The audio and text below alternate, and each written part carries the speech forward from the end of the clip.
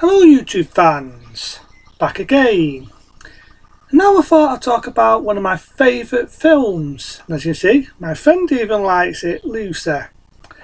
That being Starman, with my favourite actor, Jeff Bridges, the man who looks like me. Starman is a science fiction, as I say 1984 science fiction film.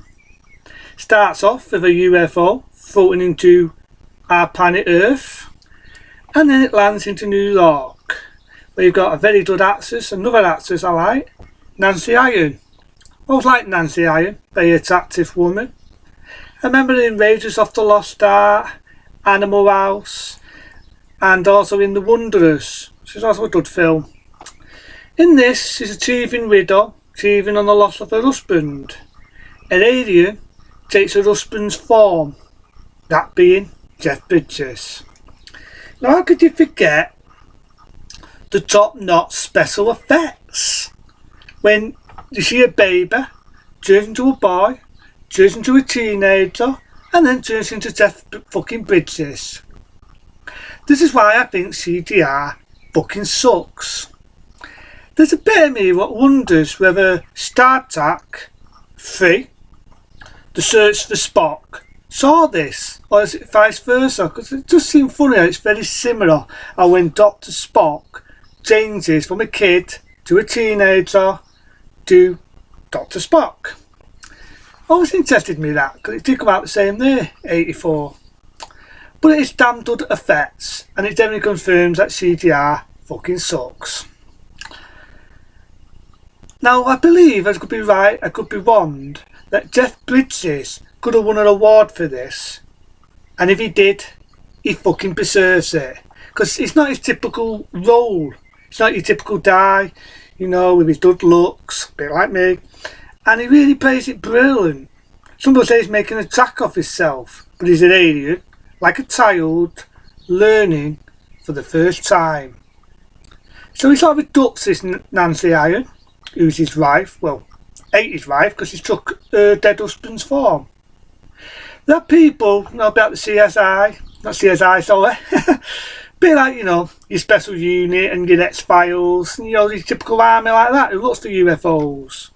But you know what, really, if they got hold of Jeff Bridges' character, they'll do experiments on them, because in reality, that's what people do. If it's unknown, it's not human, you experiment on it. So the movie goes on, and you get a love scene now between Nancy Iron and Jeff Bridges. It's a love story, and I actually like it for the director and all, which I almost forgotten, that being John Carpenter. Now 2 days, actually 3 fingers, 2 days before he did this, he did another one of my favourite films, that being The Thing. Now we're told in 1982, E.T. won awards, and John Carpenter got shit for it because he had his dummy on the floor, and all people said was, all you do is make fire movies, which I've got to disagree. He doesn't, and he proved that when he did Starman, which is a love story, it's a science fiction, and it's a damn good film. I have no faults with Starman. The ending is very lovely, and it's very romantic. It kind of has a sad story to it, because Nancy Iron's character falls in love with Jeff Bridges, but they know they can't beat the devil. If she stays on his planet, she'll die, and if he stays on her planet, he'll die. It's that type of film really, and she becomes pregnant to the Starman. It's a loving film, and I like the story to Starman. I think it has a good story. It's one of his John Carpenter's very best, and all in all, I think it's a damn good film. There's no faults with Starman, and Jeff Bridges does a really good role. I told him through the 80s they did do a TV series of Starman.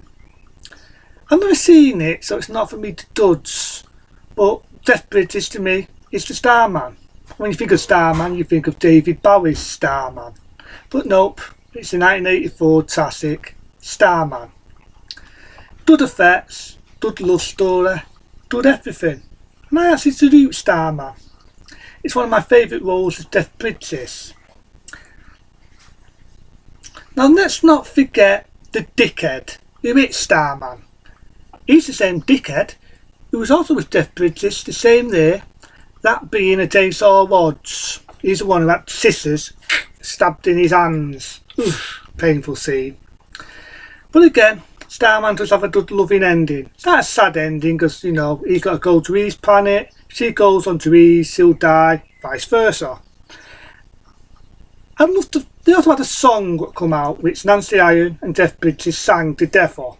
Sadly, you can never find that on any DVD version.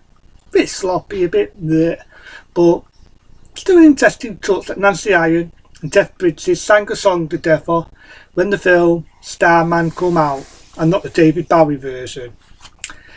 All in all, I like Starman. It's a good love story, a good science fiction film, and they don't make good films like that anymore.